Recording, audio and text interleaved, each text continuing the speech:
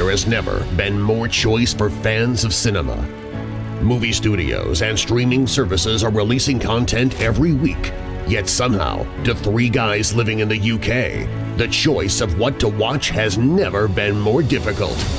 Led by celluloid junkie Dave, industry professional Jim, and sci-fi nerd Fish, the guys chart the rise and fall of the 1990s from the very beginning in the spirit of education, conversation, and wanting to learn as much as possible about what was cool then, what's still cool now, and everything in between. We invite you all to take the journey through the 90s. Repeated. Welcome to the 90s Repeated, the movie podcast where we revisit the best films of the 90s from the very beginning with me, Dave, Jim. Hello. And Fish. Hi there. This week it's February 1990 and we're repeating Clive Barker's follow-up to his directorial debut smash, Hellraiser, where he was branded the future of horror by none other than Stephen King. It's Star Wars but with monsters. It's Nightbreed. Cue the trailer. Somewhere, hidden from sight, closer than you might think, is a place that's not on any map. Midian. There goes the neighborhood. They're not pretty. They're not neighborly. You'll come back now, you hear? They're not even human. From the imagination of Clive Barker comes Nightbreed. Outstanding. Excellent use of James Horner's Alien score. Not the first or last time I'm sure we will hear that music being used. Dirty thieves. In the 90s.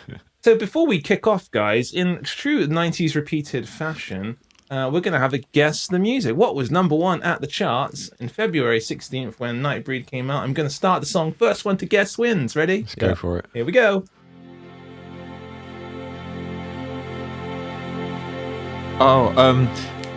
Nothing Compares to You.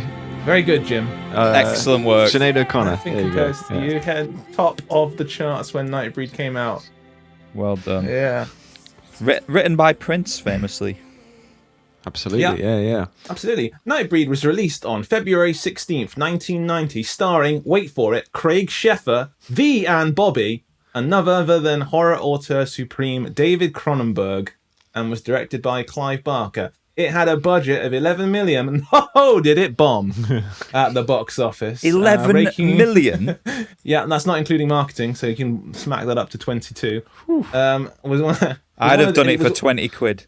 It was one of the box office bombs of the 90s, raking in only $3 million over its first opening weekend. I believe it went on to maybe make its money back on home video, but certainly a cinematic bomb. Yeah. So, guys, what was your knowledge of this movie before I said, let's repeat it? I'd seen snippets of this movie. I think it was one of those movies that my brother watched when I was quite young. He was a bit older than me, so I'd kind of seen bits of it and was just terrified by it. Okay. I think it was one of those films I wasn't allowed to watch. So yeah, I'd never really seen this movie before. Did you know of its reputation, Jim? No, not at all. Nothing at all. No. Okay, Fish? I'd never heard of it.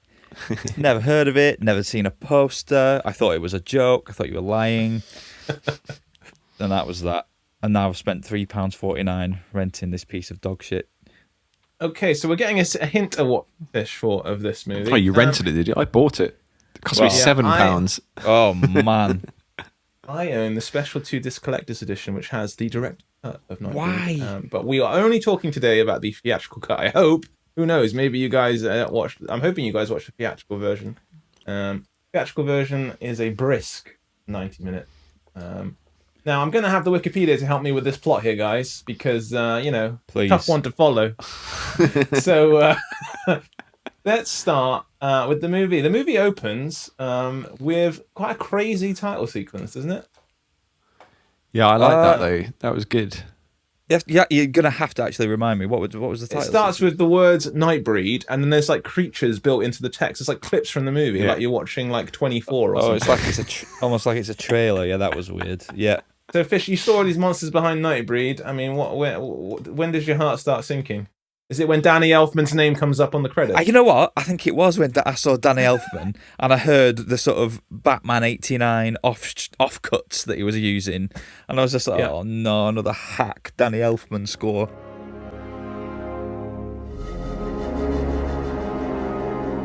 Yeah, so Fish, I'm not a fan of Danny Elfman. Not really. Don't ask me why. But this is peak Danny Elfman. It's absolutely incredible. Music. Yeah, everything that Tim Burton didn't want went into this. At this point, though, when I was watching it, I was in for like a sort of Jim Henson puppet extravaganza. You know, I kind of knew that it was more of an R rated, or X or whatever rating they gave it at the time. But I was in for sort of a fantasy treat at this point. Yeah, I think even as a casual cinema goer, if you went and sat down and you saw edited by and there were 2 credits on there, that's when you start going, oh dear, oh dear, something's gone horribly wrong. So that's what hit me. I was like, oh dear, there were 2 credited editors on this movie. That is something you rarely see. Yeah, and that's because one was shipped off and they brought the other one in. The editor of the Terminator, actually. They got in to whip this baby into shape. So the movie opens. Now I think it starts off pretty positively. The movie starts. Boone wakes up, and his girlfriend is wearing one of his shirts and says, "Does he want something to eat?" And I think perfection. Nice. Yeah. Sure. There's only a couple of things I think I'd rather wake up to, but that's what are those 2 things, Dave? I don't know, but that's up there on the list, I think. Yeah. Can we just talk about this actor, Craig Schaefer? Because he looks, and it was so off-putting. He looks exactly like David Boreanaz. Yes, I agree. Angel from Buffy. And I was like, is that him? Absolutely. I was like, is his twin brother? They're not related at all. Yeah. I've never seen 2 people look so alike who aren't siblings. It's insane. Not since Tom Hardy and that guy from Prometheus of 2 actors looked more similar. I don't know who that is. That guy from Prometheus. Sick reference, though, bro. Oh, thanks, bud. Dude, your references are out of control. Everyone knows that. We could flash it up. For sure. This podcast now with images, right? Okay, so we get this opening scene. Now I'm thinking, ooh, a bit bland, these 2 actors. Yeah. But then, if we're watching the theatrical version, and God, I hope we're all talking about someone, we cut to the opening murder fairly quickly. Now, I think pretty cool. No? Creature, mask. So wait, is this... Yeah, I mean, the mask kind of is pretty cool. That's a Halloween costume that needs to be revived, I think. I haven't seen a lot of people wearing a mask like that. No one would know who it is. They'd be so confused. It's like, why you got buttons for eyes? What's going on? Yeah, so it kind of reminds me of, and maybe he ripped it from this, who knows, but it's very reminiscent of Scarecrows in Batman Begins. Yeah, that's what I thought as well. But this was definitely the first. So we get kind of an opening serial killer murder where a guy breaks into a house and kills a family, including a young child. So if you're a horror fan like me, you're like, "Oh, this movie means business because we've killed a child." Yeah, I was more angry that he killed Captain Hollister from Red Dwarf. Thank you. That's who that was. That's who that was. I've been racking my brains trying to think who that was. That was more disturbing than the kid for me. I was like, no, not the captain. It's Captain Hollister. Amazing. Yeah. Where's the cat? What? What cat? Lister, not only are you so stupid, you bring aboard an unquarantined animal and jeopardize every man and woman on this ship. Not only that, but you take a photograph of yourself with the cat and send it to be processed in the ship's lab. Boone then goes to see his therapist, who's played by David Cronenberg. Now, do you guys know who David Cronenberg is? Do you have any connection to David Cronenberg? Well, I obviously know, I'm aware of the name. Yeah. I didn't know until this second that that's who the therapist was. Yeah. I also hated every second he was on screen. It's an interesting performance, isn't it? Well, I mean, it's not really a performance. It's like Clive Barker's, "Hey, David, just read these lines, read the things that are on the page, and just pretend like there's other actors doing things." It's quite weak, isn't it? Although I must say, I think it's the highlight of the film, personally. Well, it's the thing; it kind of gets better throughout the film. He's the best actor in the movie. Which the is bar is super low. Which is a say. Yeah, I'm not saying the bar's high thing to say. But he is the best performance in the film. If you were to describe the movie Nightbreed to someone who hadn't seen it, I mean, how would you describe it?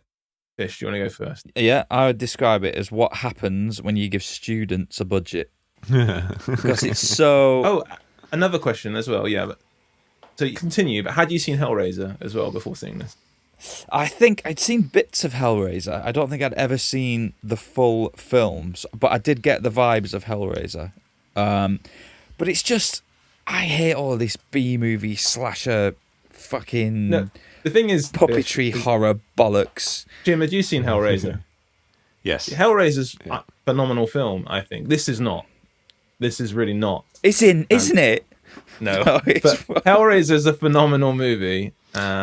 Right, so this is the surprising thing that I found out, researching this movie after we watched it, is that, like, I'd always thought Clive Barker was kind of this sort of, horror virtuoso, like, on the same page like Wes Craven and well, based on his first film, maybe he was. Jim. What was his first film? Hellraiser. But Hellraiser. Right, okay. It was Hellraiser. But then he directed Hellraiser, then he did Nightbreed, and I think he did one other movie after this. Which is I quite like, actually, Lord of Illusion, which is his third movie. Right. Yeah. And it's like, that's it. Yes. 3 movies he's directed. Which is like unbelievable to think that Clive Barker is this kind of like god of like horror cinema. Yeah, it's because of Hellraiser is so good. If you make a movie like Hellraiser, which completely changed, it did change horror. Unfortunately it's an 80s movie, so we can't talk about it here. But it still resonates now, Hellraiser. Nothing looks like Hellraiser, and Hellraiser changed everything. I think I talked about it once in the sense of like that was, you kind of had Hellraiser and then The Matrix, and I talked about it as kind of like bringing the S&M scene into the mainstream a little bit. Yeah. So those two movies kind of helped do that. But no, Nightbreed is the reason he doesn't make movies anymore. Lord of Illusions was like, I'll give it one more go, and then that one didn't go great, but Nightbreed really kind of killed his love for movie making. Going back to your original question though, like, how do you describe this to viewers? And it's really hard, because I started watching this movie and I was just so disappointed that this is what we were going to talk about, right? As were most people who went to see it, I imagine. But I have to say, and I don't want to again break format, but by the end of it I was like, this is really fun. This is a really cool movie. I don't think it's very good. It isn't, but it's so unique and weird and interesting that I could rewatch it. I wouldn't, like, if you said, do you want to watch Nightbreed? I'd go, yeah, I'd watch it again, because it's kind of like warts and all weird movie. Fish is shaking his head violently. Yeah, I came down the other side of the mountain. I was angry when I'd finished, because it sounds like someone needs to watch Fire, Ice, and Dynamite. And maybe then Nightbreed is a bit of a treat. I had to stop watching this film twice. Oh no! I watched it. I couldn't get through it. I had to watch it in 3 separate chunks, because I was just. I can't describe the emotions. It was a mixture of fury and boredom. I don't think you can be bored by the end, Fish. Surely not. Well, no. I mean, by the end, it was just like, this thing is just, they've just thrown shit at the wall and they're just seeing what sticks. It was just unbearable, and I was so happy when it ended. I was so pleased. All right, I think some things will come out as we progress through the storyline. So Dave, can you take us on to the next step? I will take us through it. I will just say that, so if I was going to describe this to somebody, this is very much an attempt, a serious attempt now, to make a Star Wars level horror movie. Like, that is what they're trying to do here. They're going, Star Wars made a shitload of money and made loads of cash. Let's take the framework of Star Wars and put it into Hammer horror monsters and try and spin this into like a series. Because as batshit crazy as this movie is, it still attempts to set up a sequel at the end. It still wants to try and build this into a franchise. There are definitely strands in this movie that are setting up future films. Yeah. You know what I mean? Okay, so the movie opens, and basically we said we've talked about already, there's a murder by a serial killer in a mask. So again, when this movie starts, you might be thinking, oh, maybe I'm in for like a Scream, Halloween, Friday the 13th type movie. And so again, that's part of the enjoyment of this film. And I do think there's enjoyment to be had in that it is playing with your expectations of what this movie is going to be. The opening 20-30 minutes, you're thinking, oh, okay, maybe it's a Friday the 13th Halloween style movie that I'm going to watch. And then our lead character is getting dreams of a place called Midian, where he's getting called there, right? He's getting summoned to Midian in his dreams. And he's telling his therapist this. They were just dreams. Midian doesn't exist. Monsters don't exist. But murder does, Aaron. Murder is very, very real. Now, did you guys twig straight away that his therapist was the murderer? I don't think. No. He was acting weird, and I couldn't work out if that was on purpose or if he was a bad actor. Again, like I didn't know this was David Cronenberg. I knew he was. Okay. I knew he was. I wrote down creepiest therapist of all time before the revelation of who he was. So yeah. Okay, because I definitely remembered that when I went to rewatch it. So I don't know at what point I twigged. So what point did you guys twig that he was? Is it when the movie tells you? I think it tells you. Yeah, it just outright. Oh, that's quite a big twist moment then. Yeah, but I think that's kind of like the downfall of this movie is like it doesn't know what it is. Yeah. It kind of starts out as being a slasher part movie. Part of the joy, Jim. Part of the joy. Yeah, but we're not talking about like From Dusk Till Dawn here. It's not like there's a quick snap in the middle. It kind of is. Like, it kind of starts off as Halloween Friday the 13th, and then the scale of it explodes out, and you're like, holy shit, I'm watching June. I'm watching The Wizard of Oz. But that would have been so more impactful if they hadn't have like done that whole like pre-title sequence and kind of shown you all these, if they'd just started as a classic slasher movie and then halfway through introduced this kind of Midian, Nightbreed creatures and stuff. Probably thinking that was how it was written. I don't think title sequence revealing all the monsters was probably in the script. Do you know what I mean? Yeah, well, I'm thinking as written. Yeah, it was probably. I was disappointed that they ditched the sort of concept. Again, it obviously wasn't in the script, but I like the idea of him having a dual personality, and when he falls asleep and has his nightmares, he's actually going on a killing spree. I thought that's quite a cool idea. It was a bit like The Dark Half, if you know that. I thought but that was ditched immediately, obviously, because it was just the therapist lying to him. Okay, I mean, trying to keep us on track here and keep us in line with the movie. Opening characters, visions of Midian, tells therapist. Therapist is like, "Oh, I can set this poor pawn up for the murders I'm committing."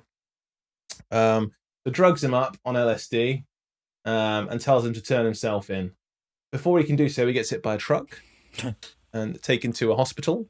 When in the hospital, he overhears the rants of some other loon, who's also talking about Midian. And convinced that Boone is there to kind of test him, he gives Boone the directions to Midian before tearing his skin off his face. There's a face beneath this face. No! Let me! You have to see me! First I show you, then you take me with you!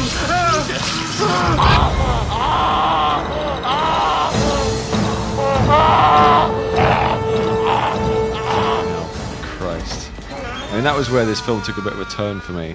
It's like this guy's just like peeling off his face. But also, it was at this point in the movie where I was a little bit confused. I was like, I don't like, because I know it is quite important exposition, but it doesn't feel that way. It feels like this is this nutter peeling off his face. And then like when he comes back later in the movie, it's like, this guy's like the comic relief almost. It's like, why didn't I pay more attention to him earlier? Boone gets the directions to Midian. And then in the first clue that this movie is aspiring to be Star Wars, Midian is matte painted by none other than Ralph McQuarrie. Now I spotted that matte painting. That's of course you spotted it because it's fucking awful. Yeah. Well, at the time, Jim, that was the best you could get. If you wanted a matte painting, that was the man you went to. So they spent some cash on that. And then we're introduced to the Midian. So Midian as a concept, it's basically monsters that live under a graveyard, and Midian is this giant city that exists under a graveyard, where all kinds of weird and wonderful monsters live. And Boone goes there because obviously he's been convinced that he is a murderer, and that he belongs in Midian. And when he gets to Midian, he meets some monsters. A guy called Peliquin, who's the black gentleman with kind of some weird tentacle dreadlocks. Who tells Boone that he is innocent. He can smell innocent blood, and he ain't no killer. And then he bites him.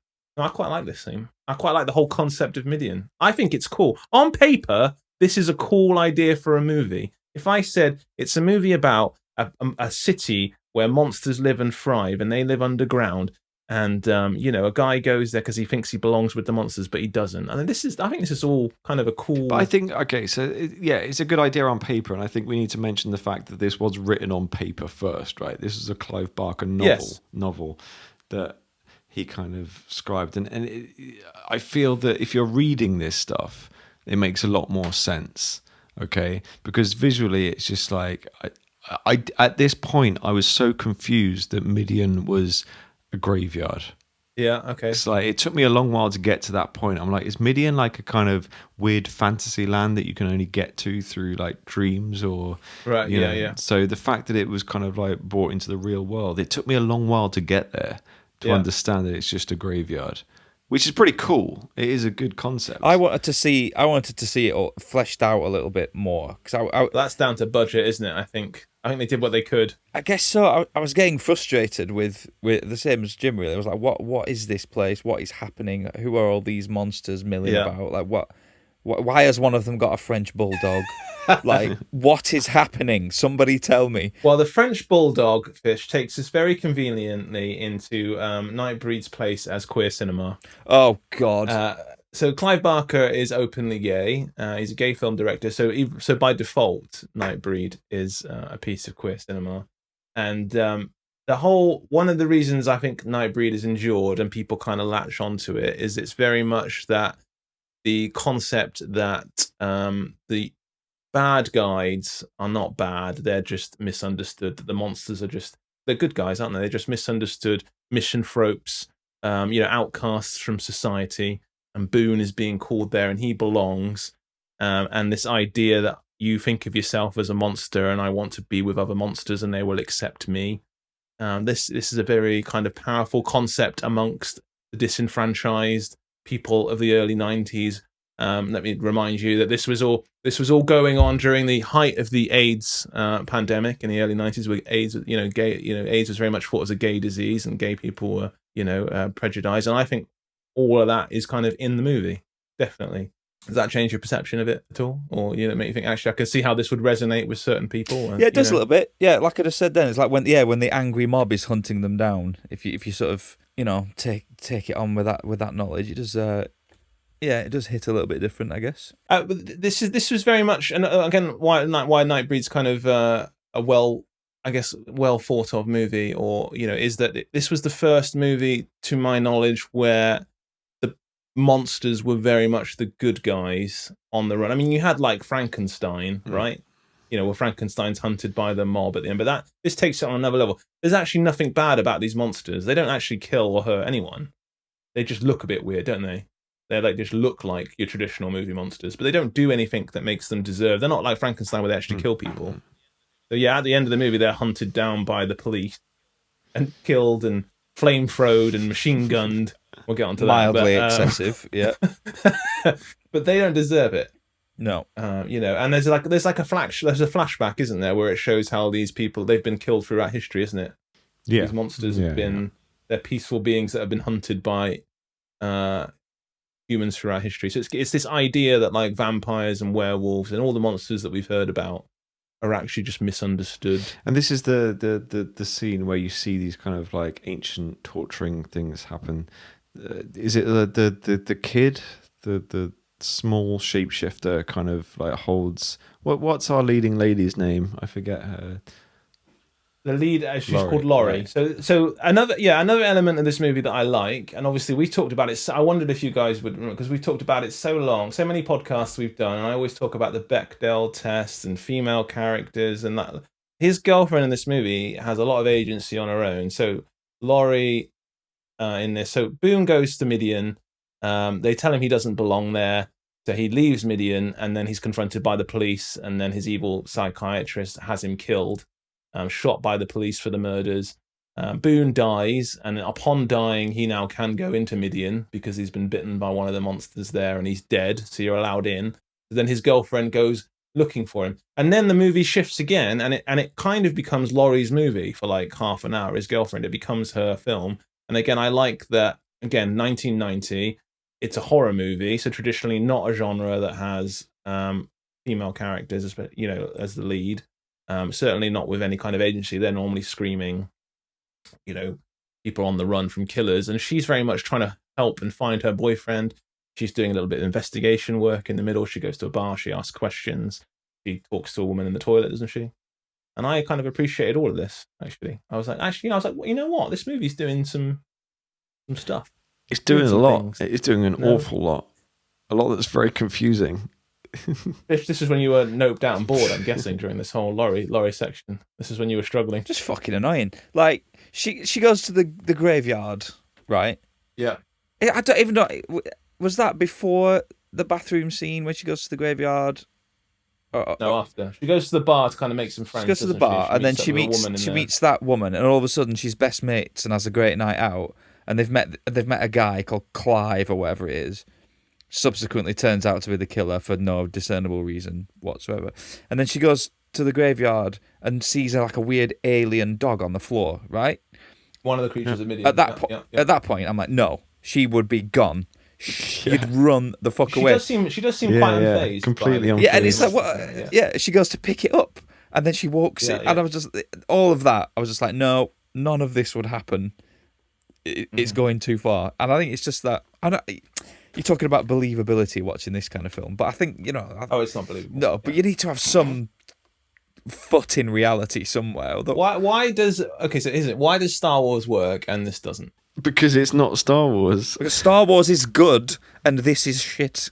Yeah, but that's simple. That's simplistic, isn't it? Right. I'm thinking, why doesn't this work, and why does Star Wars work? Because when they go into that cantina bar in Mos Eisley, those creatures are equally as shit. Yes, but that's the world they inhabit. They live in a multicultural alien civilization. Midian's a multicultural underground. Yeah, for them, not for Laurie, who's just seen him for the first time.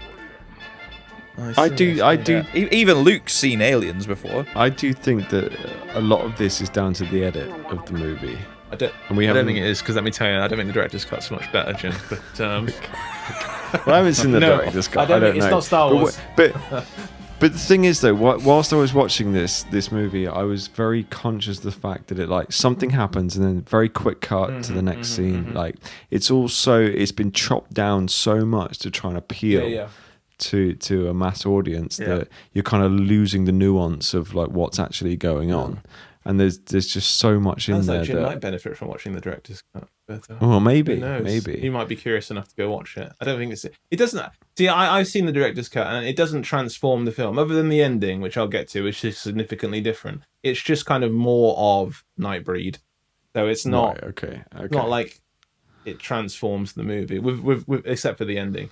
But it's just more of Nightbreed. So, for example, the director's cut has a sequence in that bar where Laurie has a good sing-song. She's a bit of a karaoke. And that's why she gets chummy with that girlfish. So if that helps sell their friendship a little bit more to you. Oh yeah, you get a bit of backstory in the director's cut, do you? Right, good. Great. A little musical number. Forgiven. Because, every movie needs a musical number. Okay, so Laurie goes to Midian, and she goes underground in Midian, and she sees lots of weird and wonderful creatures. And that is when Fish has walked out of the room. I'm still here. I'm done. I'm done with this shit. Continue. So she goes down into Midian and she sees all of Midian, and then we get to see that this movie is on 3 giant sound stages at Pinewood Studios. Surely you're like, hang on a minute now. This movie. The cost that went into this movie, the fact that you're seeing single shot cutaways of people in very elaborate makeup. That must have taken 8 hours to apply. That little dwarf guy with the face in his stomach's pretty cool, isn't right? It? And it's just wow, they spent a lot of money, or they spent a lot of time on this movie. But you only get to see them one shot. What the fuck is going on? This is ridiculous. Yeah. Now, have you guys seen the movies of Guillermo del Toro? I'm thinking Hellboy 2 or Pan's Labyrinth. I've seen Pan's Labyrinth. Pan's Labyrinth's kind of the awesome gold standard of this, I think. Right. Yeah, is that fair? I mean, if you're comparing them. Yeah. It reminded me of more Beetlejuice. Yeah, Beetlejuice has a tone that I think is deliberate, and this is somewhat has a Beetlejuice tone, but I think wants a Pan's Labyrinth tone. Yeah. Okay. It's very odd because they do but I think that's the camp queerness of the film a little bit, because all the Midian monsters are verging in drag queen territory. I think we got a little clip of it in the trailer. You know, the whole, you know, there goes the neighborhood, and you all come back now. You hear and all this kind of weird humor. I mean, you're probably right. I didn't pick up on it when I was watching it. I'll be honest. In my head, when I was watching this movie, I was like, "This is the last of the great monster movies." Because you don't get movies like this anymore, do you? No, and I was trying to think in my head, like, don't. who makes these kinds of movies anymore? Like, nobody does, and it was only like Guillermo del Toro that I could think of. Yeah, you're right. Guillermo del Toro is the only modern person making movies like this. But his movies, they why do they work? It's because they are Oscar caliber, aren't they? They are Oscar caliber in terms of the performances. They've got very serious stories, like Pan's Labyrinth, for everything's a very serious drama. And even like I mean, I love Guillermo del Toro. He's probably one of my favorite working film directors. But like even like Shape of Water, very serious Oscar caliber film, and it has all the creature stuff in there as well. But again, from like reading about this movie, Nightbreed, it's kind of I feel that that's what Clive Barker was going for, and because of the studio's involvement and kind of like cutting it down and stuff, that didn't quite come across. But I'm still struggling to see the original vision. I don't think the central story is strong enough, because what is the central story? Like, there isn't one. I agree, there isn't one, because like if you talk about like Pan's Labyrinth and like The Shape of Water. I mean, The Shape of Water is a very strong love story in the middle between a woman and a monster, so that works. And Pan's Labyrinth's about a girl kind of she's trying to save her mum from dying, I think, is the central plot of the movie. But then the central plot of this movie is what? Man tries to save Midian. Is that what's going on? I don't think that this film needed the killer with the bag on his head. Of course not. No, absolutely didn't. It's sort of, it's like, what is he? What is his? What's he trying to do? Why is he suddenly trying to kill? He's there to give it a Nightbreed? human villain. He's there to set up Nightbreed 2, the Decker Strikes Back. Oh, but I think I think that was mainly a result of at this point in film history, slasher movies were very, very, very popular. So it was like, we need to make a slasher movie, but we need to give it something extra. Yeah. And I think that's why his character was there. Yeah. It would have made more sense if he wanted to be Nightbreed. Yeah. And he was trying to kill his way to get there. Somehow. Yeah, that would have been better. That would have made more sense. Yeah. But it just, none of it made any sense. Going back to the movie, so we got to Laurie exploring Midian. I kind of still want to get your thoughts on Midian a little bit more, Fish. I suppose, I mean, again, the movie, when I said this movie starts off as a slasher film, then you think, it's going a little bit fancy. Once you get into Midian, that's when you think, I've got no idea what this movie is now. It's like I'm watching, it goes, and it goes so big. I think I hinted at it before. When you get into Midian, you are looking at a full-blown soundstage. It's like a 3-story building that you see every floor and all these people work. It's like you're looking at Alton Towers or something, isn't it? It is huge. Yeah, I was trying to think what it reminded me of, and I think I finally settled on it. It reminded me of Scorpion's Lair from the Mortal Kombat movie. Absolutely, yes, absolutely. Almost certainly just stole some sets for that. Yeah, deep cuts. Sick reference, though, bro. Oh, thanks, bud. Dude, your references are out of control. Everyone knows that. Once we get out of Midian, Decker, this is when we revealed that the serial killer is David Cronenberg. Shock horror, because Laurie's friend is killed, which came as a surprise to you guys. So that must have been a nice little twist. Are we going to comment on his character's name? Can we talk about him? Jim? It sounds like you know. No, you go for it, Dave. Go on. He is called Decker. Philip K. It's a reference to Philip K. Dick. Yeah, he's called Philip K. Decker. Trivia bomb. Okay, so then Deckard, for reasons, it's there, but I had to go, wait a minute. Why does he want to kill all the Nightbreed? Yeah. So the reason Decker wants to kill all the Nightbreed, right? And when you have it spelled out to you, it builds into this social commentary and everything else. So of course it does. Decker's a serial killer. All his victims are actually poor people, and he's supposed to be, maybe this is fleshed out more in the book, but he's supposed to be like a American Psycho Christian Bale type character. Oh, good for you! Where he is upper class, rich, posh, established, and so he has a disdain for the poor working class, and those families that he's murdering are supposed to be poor working class. And then the creatures of Midian are an extension of that, where they are the lower class, the monsters of the world, the disgusting, unwashed, and that's why he wants to wipe them out.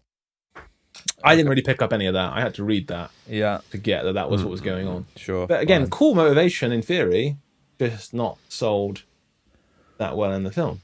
So then he kind of goes to the police. He frames Boone for a couple more murders in a motel. We get a head dumped on a desk. Now, I think from this moment in, from when that head is dumped on that desk, Fish, this movie doesn't stop. I think it's action-packed from that moment. The last 30 minutes are very entertaining. Why does he kill... What's with the head on the desk? Where is that? That's in the motel where Boone and Laurie go after they leave Midian. Right, okay.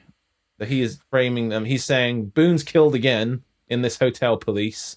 Go there. Right. Get him. So for me, when it goes off the rails is when the police are introduced, where camp policeman with cigar turns up.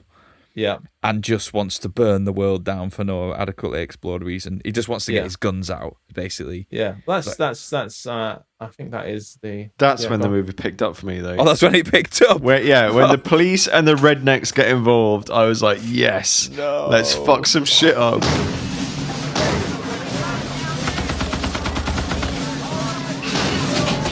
Got your spanking new H&K G3 308 NATO semi-automatic. Standard combat firepower. We carry this handy pump-action Frenchy Eliminator. It's the lightweight single-barrel size. Sons of the free. But these aren't normal police, because I don't know many police that have flamethrowers with gas tanks on them. That's right, exactly. So they have a huge... armory. There may even be a tank at the end. It's all a bit of a blur. Well, there's definitely a rocket launcher. They have rocket launchers. They have flamethrowers, and all these police just rock into Midian. It's not just police, it's rednecks as well, isn't it? It's like they get the whole gang together. Yeah, it's amazing. And they burn Midian to the ground. They are killing women. They don't give a and fuck. children. They're just like, let's go and fuck some shit up, guys. Then go. Then the movie changes gears again, and this is the joy for me. Is just how much this turns, and then it becomes like it's literally like you're watching Saving Private Ryan or something. The budget explodes again. You're like, I didn't think this movie could get any bigger. Imagine you're watching, Labyrinth, and David Bowie's there with his meat and veg in his tights, and then suddenly cut to, Tom Hanks comes in with a bunch of tanks and flamethrowers and wants to burn Labyrinth to the ground. It's unbelievable. Yeah. I mean, it really shifts gears because in this last half hour as well, we get like two naked women. Yes, yeah. Let's talk about them. In fact, there's more than two, Jim. I counted two. Yeah, there's three. Really? But let's talk about them. Who's the first one? The first one you see is the smoke lady who turns into smoke at the police station. I think she's in the police station. Then you get porcupine tits. Yes.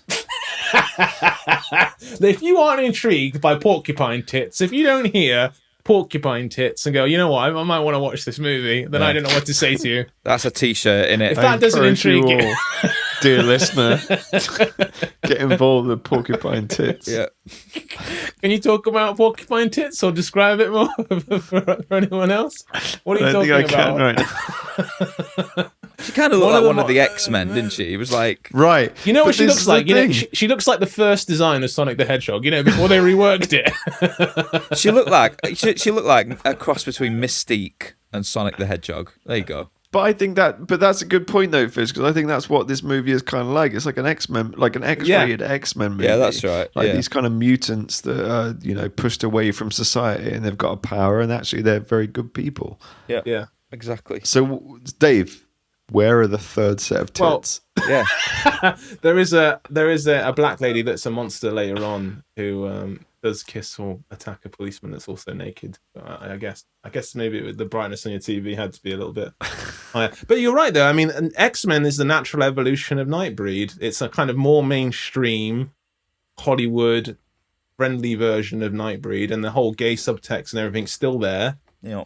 But this is kind of the first go around where it was just a little too weird for people. So they dialed it back a bit and they made it a little bit more friendly, and then you get X-Men. I just think it would have been a much more successful movie if they just toned down the violence and made it more fantasy. Yes. Made it appeal to a wider audience. Yeah. I think it's too horror and not enough fantasy. You're right. But exactly. I think X-Men, I don't... Because you know what I thought? I thought, well, then this is kind of like what happened to New Mutants, isn't it? They tried to make X-Men a little bit edgier, and that failed too. That's true. Yeah. And I just think you can't do this. You can't go big, expensive, but then also go kind of gory horror. There is a line and action where you can't. And there's it's like a lever, isn't it? Where you pull. It's like you can have cheap, gory horror, and that will make you money, and that will be popular and successful. And then the more budget you add to it, the more these two things kind of work against each other. And it's like, oh, actually, you're going to turn off most people. You can't. And I think Nightbreed's interesting in that regard. It's that like whenever people try and do big giant horror movies, they tend to fail. Yes, so the police come to Midian, they blow it up. There's flamethrowers. There's people getting burned alive, and there's a cool little sequence that I would that I wouldn't forgive myself, so I couldn't talk about, where Boone releases the kind of Uber Nightbreeds. Yeah. Oh yeah. Fuck me. The Nightbreeds that are so scary that they're kept locked up because they are the scary of the monsters. And these guys are like little pudge balls, aren't they? They're like trolls. They're like Uruk-hai from Lord of the Rings. They were... feral breed, I believe they're called. Oh, were they actually? Feral breed. Yeah, I believe they're called feral breed. And then Boone opens the door, lets them out, and they start ripping the policeman. And then this is where I kind of wish the movie had been gorier. You know what I mean? I wish these guys had come out and rip the policeman in half, limb from limb. I think we also need to just talk about the guy, the sort of elder, the god, of the Nightbreed. Yeah, the elder, because there's the elder who's kind of the spiritual leader, and they actually have a god that lives in the bottom of Midian, doesn't he? Yeah. Right. Who do you mean, Jim? I'm talking about the guy with like the eyes in his face. He's like the spiritual leader. Yeah. And I think he's actually referred to as Moses at some point. Did you catch his name? They call him Lylesburg. Of all the names you could think of for a cool, yes, it is Lylesburg. Yeah, mysterious character, we went with Lylesburg.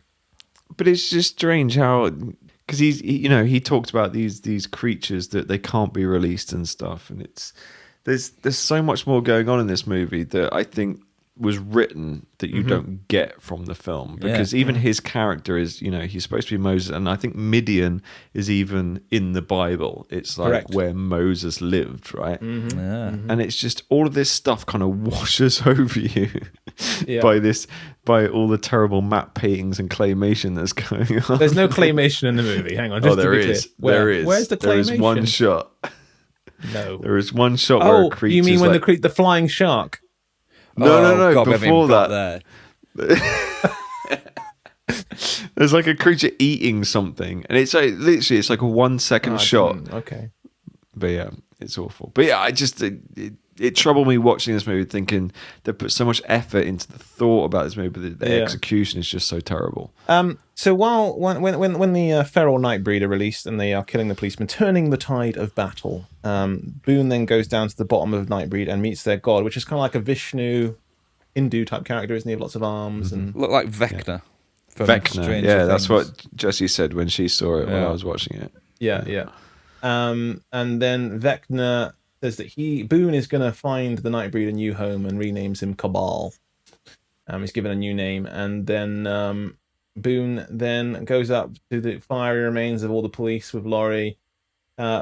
Sees the remaining Nightbreed in a barn that are left over from this fight. Says his goodbyes and promises to find a new place for them to be safe.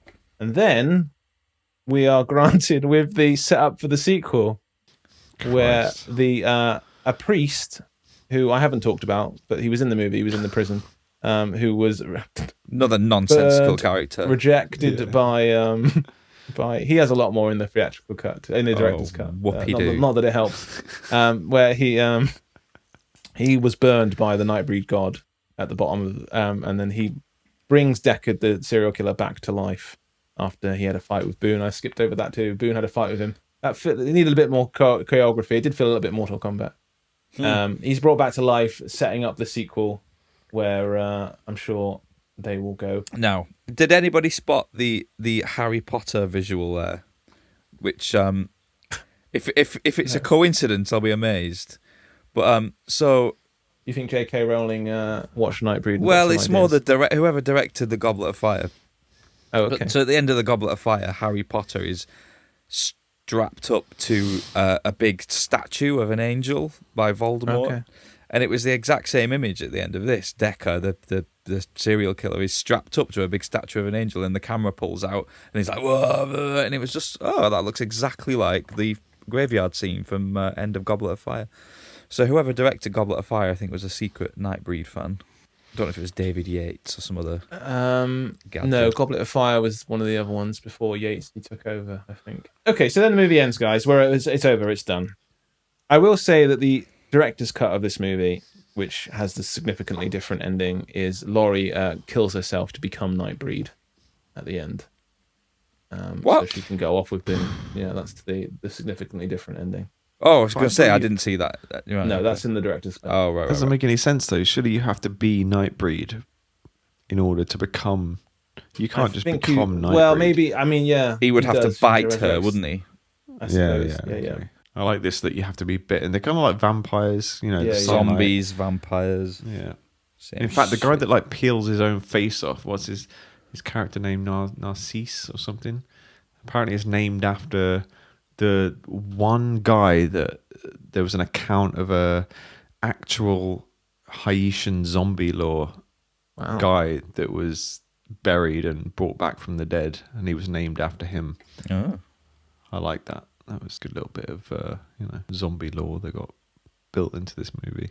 So that was Nightbreed, I think. Now, before we go on to categories, Bish, did you in any way get anything out of this experience?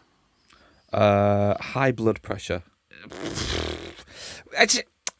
It reinforced to me that I had made the correct decision in writing off shitty B-movie slashers. I never want to watch one again, especially this. Jim?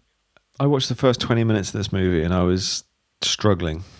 I was struggling through it. Yep. But then it just turned into an explosion of joy, right? And here's the thing.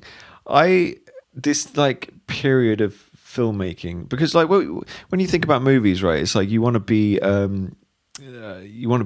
wondered by things, right? And you know, we talk about like 90s movies being the best period of filmmaking, and it is just a joy to watch because and for me it's like the practical effects, and it's all the, you know, it's the matte paintings and the makeup and all that kind of stuff that you don't see anymore.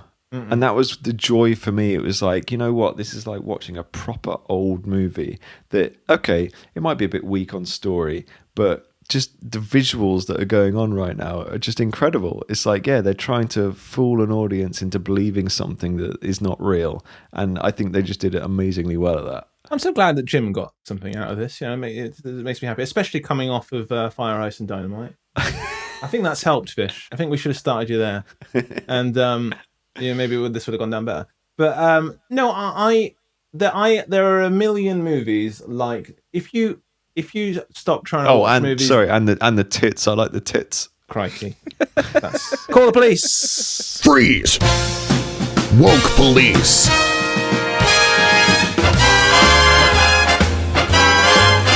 Yeah, there are 100 movies like Night. Not every movie can be perfect, right? Not every movie can be Star Wars, but most movies strive to be Star Wars. And I could show you 10 or 20 Nightbreeds where the movie is not good, but there are elements that are really interesting and you can kind of see what they were going for. And there is joy to be had. And I think that a lot of movies, older movies, and like, you know, I listen to Quentin Tarantino's podcast.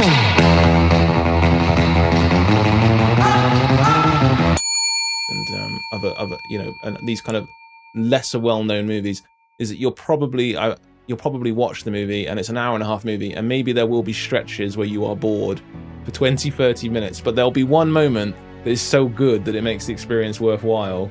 And I think you kind of need that boredom or that kind of lethargy to be like wowed by something sometimes. Yeah, I think once your expectations are lowered, movies can surprise you a little bit more. This week's episode is sponsored by the Tourism Board of Midian. Dreading another trip to the land of the dead? Halloween Town no longer turning that frown upside down? Come to Midian, where the dead die over and over again. Flamethrowers welcome. Put your feet up, get yourself a cup of tea. It's time for Categories. Best line from the movie, Jim? It has to be There Goes the Neighbourhood. There goes the neighborhood. That's definitely a quote of some movie that I might research and put in. I dropped acid on a Saturday night just to see what the fuss was about. Now there goes the neighborhood. But I really liked, there's an extra in the movie, in the morgue, when Boone is killed, there's this black chap who's an extra who has 2 lines in the movie. He's like a mortician, and he goes over and he picks up Boone's jacket that's full of bullet holes. And he goes, Jesus, they weren't taking any chances on this guy. Jesus, they weren't taking any chances. He really sells the one line in the movie he's got. The next category, recast this. Now, I think another lesson from watching Nightbreed is you need stars in this movie. You need stars, right? You need actors. If Nightbreed was starring Brad Pitt, I guarantee you would have enjoyed it more. Nightbrad. Yeah. if Brad Pitt was the lead character, or Keanu Reeves, this movie gets a lot better just by default, I think. Yeah, probably. I could see Keanu doing this. Bland. Keanu nice. breeds. Keanu makes less sense, but sure, yeah. Yeah. Do you know what I mean? I think the fact that I think the lead actors are a big reason this movie doesn't work. Sure. You put Johnny Depp in this with Winona Ryder, and suddenly I think it's a classic. If we were going to recast, that's Tom Cruise in Nightbreed. Come on. Yeah. Forget Top Gun Maverick. This movie's doing some serious box office. Apparently, Clive Barker was offered a lot of movies after Hellraiser. I bet he One of was. the ones he turned down was Top Gun. Thank God. Yeah. Okay. Kill the lead. Now, this movie does kill the lead. Did you guys think Boone was dead when he died? Did I think that he was gone? Definitely not. No. No? Oh, okay. No chance. Not in a monster zombie world. He was obviously coming back, was he? Obviously coming back as some sort of zombie. There was no food in this movie that I remembered. The musical number was cut out in the director's cut. A travesty. I think, definitely Midian needed a musical scene, didn't it? Come on, it was crying out for one. The Bechdel test, I said this movie does actually pass with flying colours. It does. How? Yeah. When? Well, Fish. When Laurie goes to the bar, she has a chat with the girl in the bathroom, and they have a chat about money and men. Yeah, about men. But they don't just talk about men. No, they do deviate. Yeah, they do. They talk about I'm other not things. having it. I think when they go to Midian, they're talking about other stuff as well. They're talking about Midian for one. They're not talking about men.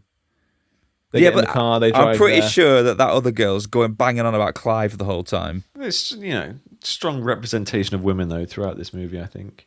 Yeah, in fact, I mean, the monsters are women. I'm sure they're not talking about men. Porcupine Tits gets her way. It's fine. Yeah. Maybe they're talking about Boone. I'm sure they're talking about other stuff. They've got their tits out. They're covered in porcupines. It doesn't count. Okay. It's tastefully done. Those bristles were covering the right parts. Oh, dear. Would this movie have been better non-linear? Well, I think it would have been a step too far. I think it might have made more sense non-linear. No way. Just tell you what, just completely chop it up in the edit and just let people figure it out. Because that's basically what happened anyway. Now, this is when you appreciate the classic that this is, right? This is when it's all going to slot into place for you, Fish. You ready? Please. The next category. Does another movie do this better? What, Star Wars? Yes. Okay. Next category. Memorabilia from this film. I want that fucking car that they get into towards the end. I think I want Decker's mask, don't you? Little bust. The mask. He has some cool knives as well, doesn't he? The little the amputation knives he uses to murder people with. Surgical knives. Surgical knives. Yeah. I think you could. I mean, this is it's not memorabilia. I'm going off on a tangent. I was just thinking, if you had like a gang of you going out on Halloween, I think it would be a real cool deep cut to like get some of the get some of these prosthetics on. Dress up as Nightbreed. Go out as Nightbreed as a group of you. Which one would you be, Fish? I'd be that guy who's got like the big knob on his head. You mean the Hang on, I did. He's got a wait huge minute. chin. It looks like The guy Sporticus. looks like he's got. You mean this guy who would later appear in a McDonald's commercial? What? Yeah, that's him. yeah. Yeah, Moonhead. That'd be him. Jim can be porcupine tits. Porcupine tits. So I would be Boone probably. It's kind of a weird design, isn't it? He's just himself, but with glyphs on his face. Yeah, I don't know why they didn't. Yeah, they should have tried to make him a little bit more grotesque. I think it's honestly, it's almost exactly like when Angel turns into a vampire in Buffy. It is a lot, and he like looks that, the same. It's so confusing. Okay, so I'm putting you on the spot now. Next category, Fish. What is the strongest part of this movie and the weakest part of this movie? So what is the strongest part? It's got to be the creature's design, hasn't it? The creature designs. I actually think the creature designs are fairly weak. Right. I mean, they don't feel. I think Porcupine Tits is pretty good. We've given. She's a standout. She's a standout. Yeah, but they're pretty unmemorable. Yeah, I guess so. Yeah, really. They're kind of disappointing. They're not the Hellraiser Cenobites, which are instantly iconic. All of them. True. Yeah. You know. I guess that's the only thing I really enjoyed was seeing the freaky creatures. Yeah, and I liked, as I said, I liked little tummy dwarf guy. I like tummy dwarf guy. He needed a speaking part, didn't he? Imagine being all that makeup just for a walk-on 2-second shot. As well. Give him some lines. Give that guy some lines. One shot. These people have been sitting through 6 hours of makeup and they get one cutaway. Yeah. It's ridiculous. Yeah. What is the worst part of the movie, Fish? At one point here, I was so mad. I just wrote down. What did I put here? All kinds of. Just angry comments. Yeah, I mean, how does Boone suddenly know so much? Why is everyone so unnecessarily aggressive? Oh yeah, okay, this is the worst point in the film. They unnecessarily, completely randomly rip a guy's nipple piercing out. Oh yeah. I was like, why is that in the film? It's like they're running around blowing everyone up. Oh, we'll just rip his nipple piercing out while we're at it. It's like weird. It's so strange. I've just wrote the film is edited by a crackhead. So choose any of those elements. Probably the editing. But, I mean, that is. We've got Jim. Okay, best just the practical effects. Yeah. Like some of them were utterly terrible, but I loved them so much. But literally, there was every practical effect in a 90s movie in this film. Yeah. There was matte paintings, there was animatronics, there was stop motion, there was people being put on fire, there was squibs. It was just it was such a joy to watch. And even though some of them weren't executed very well, like the matte paintings were a little bit shit. Also, that's the thing, right? Because they obviously went to the effort to build this graveyard and this underground lair. But there were points where they just fuck that, we'll just build a model and blow it up. And you can always tell, right, when these things are miniatures, right? Because there's three things that you can't fake in miniature, right? Smoke, fire, and water, right? And it's just until Lord of the Rings, when you had the bigatures famously. Well, go on. Yep. But it was just the fact that they blew up this thing and they kind of destroyed the fantasy for me, because up until that point it'd been done so well. It was just come on guys, try a bit harder. For me, the weakest part of the movie, like I said, I honestly believe if you'd got two different actors, that this movie would have been a big hit. I think it would have been cult. It would have done a lot better. I said Johnny Depp in this movie, Winona Ryder. I think it actors does gangbusters. And the editing as well. The editing was very abrupt. Yeah, you need stars. And I think the 90s again, this movie probably helped establish that you need stars, because you do need stars. And the 90s has that. There aren't many movies that are big hits. And I think we talked about this, Jim, on other podcasts, where if you didn't have a star in your movie, it wasn't doing well. Yeah. There are very few movies in the 90s that do well without a lead actor that's known.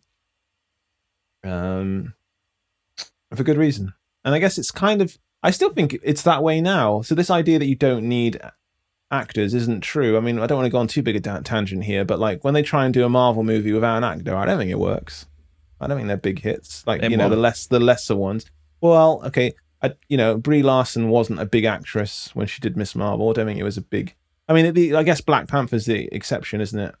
because Boseman wasn't a big star when Black Panther came out. But that character had been established in Civil War, which was an absolute smorgasbord of actors. Wasn't it? But I think the Marvel movies now, and everyone's kind of got this fatigue of Marvel. I think I've argued that the fatigue is because we don't have Robert Downey Jr., not because of the movies. And I think if you still had Robert Downey Jr., I think we wouldn't feel as lethargic. I just think there isn't a big star carrying this anymore that I'm excited to see. Sure. Ding, ding, ding. You agree, I'd just Jim? like to point out to all listeners that we've now mentioned Star Wars, Star Trek, and Marvel. The trifecta. The trifecta. I love it. Yeah, has to be. Yeah, but you need actors always. I am a big supporter of actors. Big purporter. That's good of you. You need your stars. Stars. So that was the weakest part. The strongest part for me is just the central idea of the movie. I think is strong. The concept, the idea that the monsters are good guys, and Midian. So another one, come on, this is interesting. Both of you, remake, sequel, or a gender swap. Right. Gender swap's irrelevant, I think. Okay, I mean it's fairly mixed anyway. Yeah. I would be happy to see a prequel which goes into the origin of Midian. Like a part of the Netflix series? Set in the Dark Ages or something. But it have to be done in this style. Old school. Yeah. I'm not convinced, Fish. You're telling me if Netflix said Nightbreed, I don't think you're going to turn up. What's actually going to make you turn it on and watch it? Nothing's going to make me turn it on and watch it. I'm really, really scraping here. I will never watch anything related to Nightbreed ever again. Not even if there was an actor involved or a particular person. Tosses. It made me too angry. I'd be on board if Jim. I think they could get you back for a Nightbreed TV series. Absolutely, but it's in the works, right? Is it? I don't know. Yeah. There's the Nightbreed. Well, in this TV series, I bet you any currently. IP that's kicking around from the 90s is probably in the works, Fish. Well, that's true. I mean, I don't know how long it's been in the works for, but it's IMDb states Nightbreed the TV series. I'm going to get it shut down. It's coming. I'm going to get Fish it cancelled. is going to become Decker. He's going to take the mask and go to the movie studio. Here we go. I'll read this out for you. Clive Barker's Nightbreed is being developed into a TV show for Sci-Fi. Oh dear. It's been in development for several years, with Barker making his return in a hands-on capacity. It will pick up where the original movie left off. There we go. Finally, the sequel that's been set up. Get Cronenberg back. God. Fucking hell. Oh, my God. Oh, no, okay. It says that Dr. Decker will return. I don't think it's David Cronenberg that will return. It wouldn't be the same without him, though, would it? A renewed focus will be put on the relationship between humans and monsters as a parallel for racism and how people respond to the other. Wow. Do not sign me up. Legacy of the movie. It is a cult classic, guys. Whether you want to acknowledge it or not, it is cult. This is as cult as it gets. It sounds like cult, yeah. I think you're right, Dave. It's unbelievable. Because like I said earlier today, I kind of seen bits of this movie. Yeah. I hadn't watched it all the way through, and then when I started researching it, people fucking love this shit. They love it. They love Nightbreed because the people. I get why people love it. They love it because it's like this is a movie that it champions weirdos and freaks and. Yeah. A lot of people feel like they are weirdos and freaks and that they feel like they belong and that this movie welcomes them with open arms. No matter what they say. Next category, and another big success of the movie, What's Not Woke? Christ. Nothing, really? See? Nothing not woke about this. You are smoking meth. You're on another planet, Dave. Yeah. You think porcupine tits is not okay by today's standards? All the tits were unnecessary. All the tits. What? They were tastefully done. No. I mean, when the woman walks into the bathroom and straight away says, "What's he done, babe?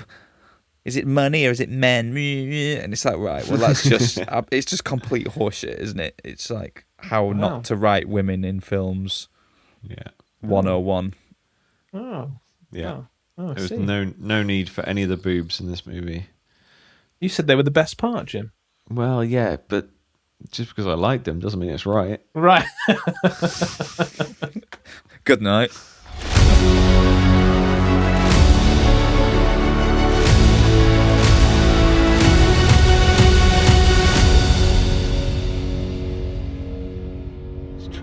Everything's true. God's an astronaut. Oz is over the rainbow. And Midian's where the monsters live.